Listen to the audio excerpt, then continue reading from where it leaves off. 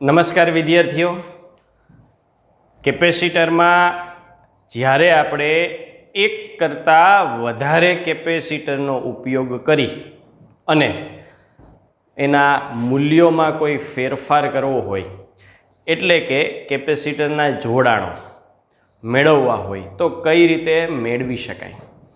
હવે જો આ બાબતની વાત કરીએ તો આવો જ ટોપિક તમે 10મા ધોરણમાં અવરોધ માટે ભણી ગયા છો. એ ટોપિક આપણે પણ આના પછીના ચેપ્ટરમાં રિપીટ થાય છે અને એવા અન્ય ડિવાઇસીસ સાધનો 10મા ધોરણમાં તમે માત્ર અવરોધ માટે જ આ બાબત ભણ્યા. આપણે અહીંયા અવરોધ છે, આવું જ બીજું ડિવાઇસ એટલે કેપેસિટર જે આપણે હાલ જોવાના છીએ, અને હજુ એક ભવિષ્યમાં આવું જ ડિવાઇસ આવશે ઇન્ડક્ટર. તો આ દરેકના આપણે શ્રેણી અને સમાંતર જોડાણો કરી અને આપણે ઈચ્છિત પરિણામો અને મૂલ્યો મેળવી શકીએ. ત્રણેય માટે જોડાણના નિયમોના મુદ્દાઓ કોમન છે. સમીકરણો જુદા છે પણ નિયમ કોમન છે. આ વાત સમજજો. નિયમ સરખા પણ સમીકરણો જુદા જુદા. એટલે નિયમ જો યાદ રાખીએ તો આવા કોઈ પણ જોડાણમાં આપણને તકલીફ પડી શકે નહીં. તો આવા બે જોડાણોમાં આપણે પહેલું શ્રેણી જોડાણથી આપણી ચર્ચાને આગળ વધારીએ. બે કેપેસિટરો શ્રેણીમાં જોડેલા હોય તો આપણને શું જોવા મળે? તો શ્રેણી જોડાણ માટે આપણે આકૃતિઓ લઈએ. જનરલી આપણે કેપેસિટર માટેની સંજ્ઞા આવી રાખીએ છીએ. આ કેપેસિટર 1 અને આવું બીજું કેપેસિટર દર્શાવીએ. અને આ કેપેસિટરોને શ્રેણીમાં જોડવાની વાત છે, એટલે આ રીતે એક સાથે બીજું કેપેસિટર જોડેલું હોય. અને સંપૂર્ણ પરિપથ દર્શાવીએ તો અહીંયા બેટરી દર્શાવીએ એટલે બેટરી માટે એક છેડો નાનો અને એક છેડો મોટો હોય. હાલ આપણે બેટરીની ચર્ચા ભૂલી જઈએ, માત્ર કેપેસિટરની વાત કરીએ. તો કેપેસિટર માટે આપણે એવું કહીએ છીએ કે કેપેસિટરની એક પ્લેટ ધન ભારિત હોય છે અને એક પ્લેટ ઋણ ભારિત.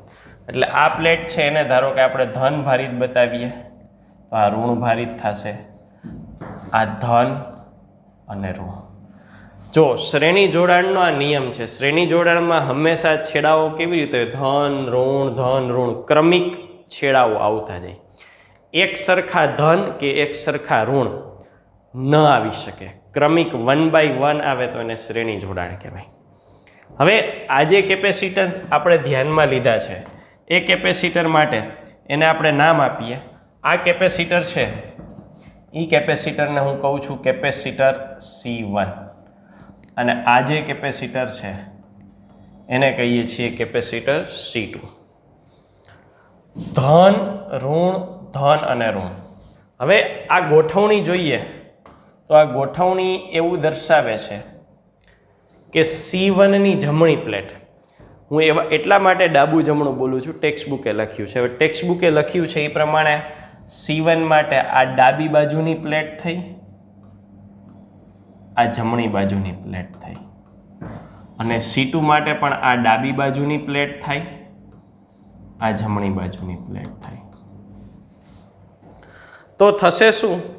તો કે C1ની જમણી અને C2ની ડાબી. C1ની જમણી અને C2ની ડાબી બંને જો પરસ્પર વિજાતીય વિદ્યુતભાર ધરાવે છે. પરસ્પર વિજાતીય વિદ્યુતભાર ધરાવે છે એટલે બે એકબીજાના વિદ્યુતભારોને તટસ્થ કરવાનું કાર્ય કરે. તટસ્થ કરવાનું કાર્ય કરે તો એવું અવલોકન દરમિયાન જોવા મળ્યું. શું જોવા મળ્યું? તો કે આપણને કેપેસિટન્સ C1 અને C2 છે એવી ખબર છે. કેપેસિટરના વિદ્યુતભારો શું છે એ ખબર નથી. હું ધારી લઉં છું કે ભાઈ આ જે કેપેસિટન્સ છે C1 એનો વિદ્યુતભાર Q1 છે અને આનો વિદ્યુતભાર છે એ Q2 છે. C1 પર Q1 જેટલો વિદ્યુતભાર છે અને C2 પર Q2 જેટલો વિદ્યુતભાર છે. તો જ્યારે આ બે વચ્ચેની સ્થિતિનું અવલોકન કર્યું ત્યારે એવી ખબર પડી કે એમની વચ્ચેનું જે વિદ્યુત ક્ષેત્ર છે એ શૂન્ય છે. એમની વચ્ચેનું વિદ્યુત ક્ષેત્ર કેટલું થાય? શૂન્ય. એમની વચ્ચેનું વિદ્યુત ક્ષેત્ર શૂન્ય છે, એટલે આના પરથી એવું વિચાર્યું કે ટોટલ વિદ્યુત ભાર 0 હોય. હવે ટોટલ વિદ્યુત ભાર ક્યારે 0 થાય? તો કે C1 ની જમણી પ્લેટ એટલે એના પરનો વિદ્યુત ભાર કેટલો થાય? -Q1 વત્તા C2 ની ડાબી પ્લેટ એના પરનો વિદ્યુત ભાર કેટલો થાય? તો કે +Q2 = 0. તો આનો અર્થ શું થાય? તો કે Q1 ને સામે જવા દો તો Q2 માઇનસમાંથી શું થઈ જશે? પ્લસ. આ એવું દર્શાવે છે કે શ્રેણી જોડાણ હોય ને ત્યારે બંનેના વિદ્યુત ભારો સમાન હોય છે, બેયના વિદ્યુત ભારો સરખા છે. એટલે આ વિભાગનો સમતુલ્ય વિદ્યુત ભાર 0 થઈ જાય છે. પરિણામ કોની વચ્ચે વધે છે? તો કે હવે વાત કરીએ C1 એની ડાબી પ્લેટ. આ C1 ની ડાબી પ્લેટ છે અને C2 એની માટે જમણી પ્લેટ છે. એમની વચ્ચે પરિણામી વિદ્યુત ક્ષેત્ર અને વિદ્યુત સ્થિતિમાન રચાય છે. અને એ વિદ્યુત ક્ષેત્ર અથવા વિદ્યુત સ્થિતિમાન માટે જવાબદાર કોણ બને છે? તો કે અહીંયા આપણે બેટરી લગાડી છે. મોટો છેડો હોય એ ધન અને નાનો છેડો હોય એ ઋણ. આ ટેક્સ્ટબુક મુજબ મેં સાબિતીની વાત કરી, પણ હવે આપણે જે ધ્યાનમાં રાખવાનું છે ને એ બાબત અને સમીકરણ ઉપર આવીએ. એટલે આ બાબતને આપણે દૂર કરીને હવે આપણે સમીકરણના સાદુરૂપ ઉપર આવીએ. અહીંયા આપણે સાબિત કર્યું છે. તો સમીકરણ માટે શ્રેણી જોડાણ હોય કે સમાંતર જોડાણ, આના પરથી શું નિયમ યાદ રાખવાનો છે? એ કોઈ પણ શ્રેણીને સમાંતર જોડાણ માટે લાગુ પડે છે. બે બાબતો હંમેશા આપણા માટે અવલોકન કાર્ય માટે જવાબદાર રહેશે. કેપેસિટન્સ, તો કેપેસિટન્સ C નું બેઝિક સૂત્ર શું છે? Q/V. બે ભૌતિક રાશિઓ ભેગી થઈ વિદ્યુતભાર અને વિદ્યુત સ્થિતિમાન ભેગા થઈને કેપેસિટન્સ બને છે, અને કેપેસિટન્સ C તો અચળાંક છે, એટલે આપણો સંપૂર્ણ આધાર Q અને V ઉપર હોય છે. તો Q અને V આ બંનેમાં શું જોવા મળે? તો કે Q એટલે વિદ્યુત ભાર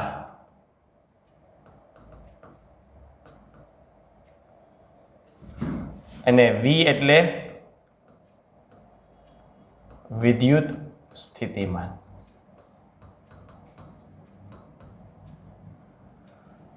હવે આપણે હમણાં જ સાબિત કર્યું કે અહીંયા બે કેપેસિટરો લીધા છે, તો એના માટે Q1 = Q2 મળ્યું. આ સાબિત કર્યું એનો અર્થ શું છે? તો કે જ્યારે શ્રેણી જોડાણ હોય ને ત્યારે અહીંયા તો માત્ર મેં બે જ કેપેસિટરો દર્શાવ્યા છે. આવા તમે ગમે તેટલા કેપેસિટરો દર્શાવો, દરેક માટે વિદ્યુત ભાર છે એ કેવો થાય? સમાન થાય. આના માટે આપણે નિર્ણય એ લખવાનો છે કે દરેક પરનો વિદ્યુત ભાર કેવો થશે? સમાન થશે. અને સમાન છે એટલે એના માટે આપણે શું સંજ્ઞા ધારી લીધી? Q. વિદ્યુત ક્ષેત્ર અથવા વિદ્યુત સ્થિતિમાન, તો કે આની ડાબી પ્લેટ અને આની જમણી પ્લેટ એટલે બે કેપેસિટરો મળીને મળ્યું. તો વિદ્યુત સ્થિતિમાન માટે શું જોવા મળે છે? તો કે વિદ્યુત સ્થિતિમાન માટે એવું જોવા મળે છે કે વિદ્યુત સ્થિતિમાન માટે અહીંયા આપણે બે કેપેસિટરો લીધા હોય અને બેટરી આપણે જે જોડી છે એ બેટરી ધારો કે V જેટલા વોલ્ટેજ આપે છે, બેટરીના વોલ્ટેજ V છે, તો કેપેસિટર માટે આપણે ધારીએ કે ભાઈ કેપેસિટર છે એ પહેલું કેપેસિટર V1 વોલ્ટ અને બીજું કેપેસિટર V2 વોલ્ટ જેટલું વિદ્યુત સ્થિતિમાન દર્શાવે છે. તો વિદ્યુત સ્થિતિમાન કેપેસિટર જેટલા અહીંયા આપણે બે જોડેલા છે, એટલે બેય માટેના જે વોલ્ટેજ છે એનો ટોટલ કરો તો એ આપણે બેટરી જોડી છે એના જેટલો થાય. એનો અર્થ વિદ્યુત સ્થિતિમાનનો શું થાય? તો કે વિદ્યુત સ્થિતિમાનનો બેઝિક એટલે દિશા વગરની ભૌતિક રાશિ હોય ત્યારે બેઝિક સરવાળો, સિમ્પલ પ્લસ માઇનસ આપણે લેવાના થાય. તો આ સૌથી અગત્યનો પોઈન્ટ છે. અવરોધમાં પણ આ લાગુ પડે કે જ્યારે શ્રેણી જોડાણ છે ત્યારે શ્રેણી જોડાણમાં કેપેસિટરની દરેક પ્લેટ પરનો વિદ્યુત ભાર સરખો હોય છે અને વિદ્યુત સ્થિતિમાન છે એનો સરવાળો થતો હોય છે. બરાબર છે. તો હવે આપણે આ બાબત ઉપર આવીએ. સાદુરૂપ આપણને અહીંથી નહીં અહીંથી આપવાની સરળતા રહેશે. સાદુરૂપ ત્યાંથી આપવાની સરળતા રહીએ એટલે ત્યાંથી જ આપણે શરૂઆત કરીએ કે સમીકરણ શું છે તો કે v is equal to v1 plus v2. બરાબર છે. આ સમીકરણનો ઉપયોગ કરી અને સાદુરૂપ આપણે લઈએ એટલે આ સમીકરણની મદદથી v is equal to v1 plus v2ની વાત કરીએ તો c is equal to q upon v. આમાંથી હું v ને કરતા બનાવું તો શું થાય? q અપોન c થાય. હવે એ મુજબ અહીંયા સાદુરૂપ લખીએ.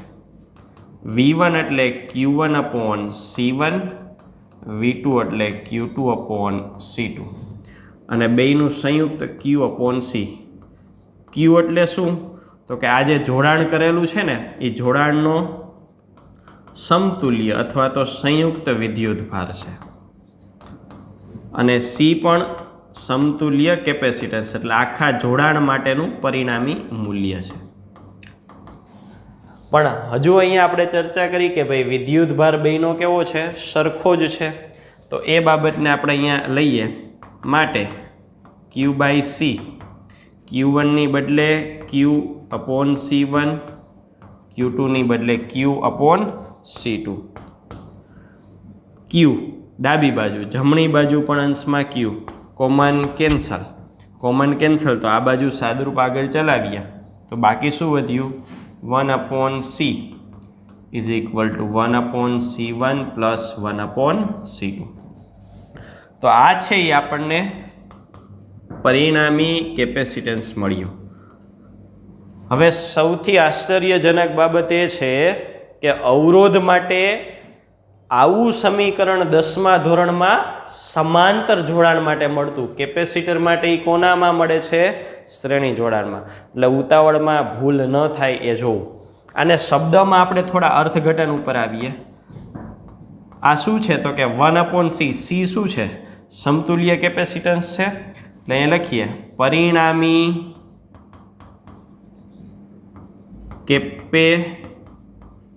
કેપેસિટન્સ c છેદમાં છે એટલે એનો શું કહેવાય? વ્યસ્ત કહેવાય. પરિણામી કેપેસિટન્સનો વ્યસ્ત કેટલો થાય? તો કે આ કેપેસિટર 1નો વ્યસ્ત છે, આ કેપેસિટર 2નો વ્યસ્ત છે, વચ્ચે સરવાળો છે એટલે શું થાય? દરેક સ્વતંત્ર કેપેસિટન્સ ના વ્યસ્ત, c1નો વ્યસ્ત, c2નો વ્યસ્ત, વચ્ચે શું કર્યું? સરવાળો, એનો સરવાળો. દરેક કેપેસિટરના વ્યસ્તનો સરવાળો કરીએ એટલે પરિણામી કેપેસિટન્સનો વ્યસ્ત આપણને મળે. બીજી લાક્ષણિકતા શું છે એ સમજીએ. ઉદાહરણ લઉં. ઉદાહરણ તરીકે હું c1 તરીકે 5 લઉં છું અને c2 તરીકે 10 લઉં છું. તો c1 તરીકે 5 અને c2 તરીકે 10 લઉં ને તો 1 upon c is equal two 1 upon 5 plus 1 upon 10.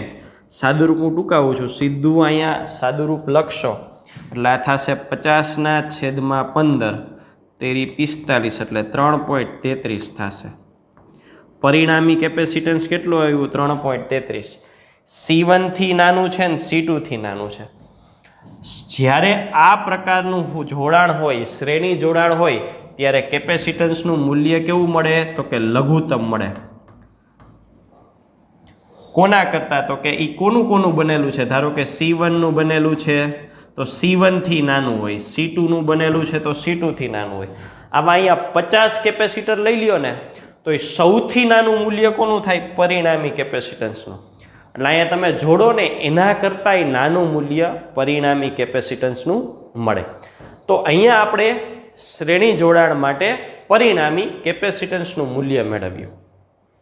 હવે ટેક્સ્ટબુકથી એક સ્ટેપ આગળ જઈને આપણે એક બીજો શોર્ટકટ મેળવવો છે. ટેક્સ્ટબુકની થિયરીનું કાર્ય અહીંયા પૂર્ણ થઈ ગયું કે પરિણામી કેપેસિટન્સ આ મુજબ મળે. જો આવા ઘણા બધા કેપેસિટરો જોડાયેલા હોય તો +1/c3 +1/c4 કન્ટિન્યુ થયા રાખશે. હવે બીજું સૂત્ર આપણે મેળવવું છે એ વિદ્યુત સ્થિતિમાનનું મેળવવું છે. ઉદાહરણ તરીકે તમે બેટરીમાં V વોલ્ટ આપ્યા તો એ V વોલ્ટમાંથી કેટલા 1માં જઈને કેટલા 2માં જાય. આ આપણે જાતે તૈયાર કરેલો શોર્ટકટ છે. એટલે ટેક્સ્ટ બુક ઉપરાંતનું આપણે અહીંયા શોર્ટકટ લઈએ છીએ. એટલે હવે નીચેનો જે સેક્શન છે એ નીચેના સેક્શનને આપણે કાઢી નાખીએ અને એના મદદથી આપણે આ સોલ્વ કરીએ. તો નીચેના સેક્શન માટે આપણે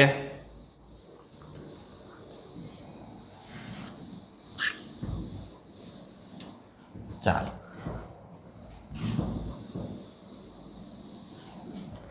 હવે એ પરિણામ મેળવવા માટે આપણે ઉપયોગ કરીશું અહીંનો. શું છે આ પરિણામ? તો કે આ પરિણામ આપણને એવું આપ્યું છે કે Q1 = Q2. આ પરિણામનો ઉપયોગ કર્યો. ચાલો અહીંયાથી Q ને કરતા બનાવો તો V સામે આવી જશે. એટલે અહીંયા શું થશે? C1V1 = C2V2. C1/C2. C2 અહીંયા છેદમાં આવશે. સામે શું થશે? V2/V1. જો આ શોર્ટકટ માટેનું પેલી હિન્ટ મળી. શ્રેણી જોડાણ માટે વાપરવાનું. શ્રેણી જોડાણમાં વિદ્યુતભાર સમાન હોય એટલે બાકીની ભૌતિક રાશિનો સંબંધ આ મુજબ થશે. આને આપણે આગળ ચલાવીએ અને એમાં યોગ વિયોગ પ્રમાણ લઈએ. એટલે હું લખું અંશ છે એમાં યોગ પ્રમાણ લઈએ. અંશમાં યોગ પ્રમાણ લઈએ એટલે શું થશે? તો કે અહીંયા થશે C1 + C2. અંશમાં શું થશે? C1 + C2 છેદ એમનામ. અહીંયા પણ અંશમાં યોગ પ્રમાણ લઈએ V1 + V2/V1. ચાલો હું V1 ને કરતા બનાવું છું. એટલે V1 આ બાજુ અંશમાં આવી ગયો = C2 સામે જશે C1 + C2 છેદમાં V1 + V2 ટોટલ વોલ્ટેજ થાય ને. ટોટલ એટલે કોના વોલ્ટેજ? બેટરીના ઇન્ટુ V. આ મને શોર્ટકટ મળ્યો. જો કેપેસિટન્સ 1ના વોલ્ટેજનો શોર્ટકટ બે કેપેસિટરના મૂલ્યોથી અને V એટલે તો બેટરીનો વોલ્ટેજ છે. અને આ જ ઉપરથી હું બીજું સૂત્ર લખવું હોય તો સીધું લખી શકું V2 = અહીંયા C2 છે C1 + C2 × V. તમને પ્રશ્ન થશે કે સર અહીંયા બે સમીકરણો શોર્ટકટ આપણે મેળવીએ. આવા બે શોર્ટકટ આના પછી પણ મેળવવાના છે.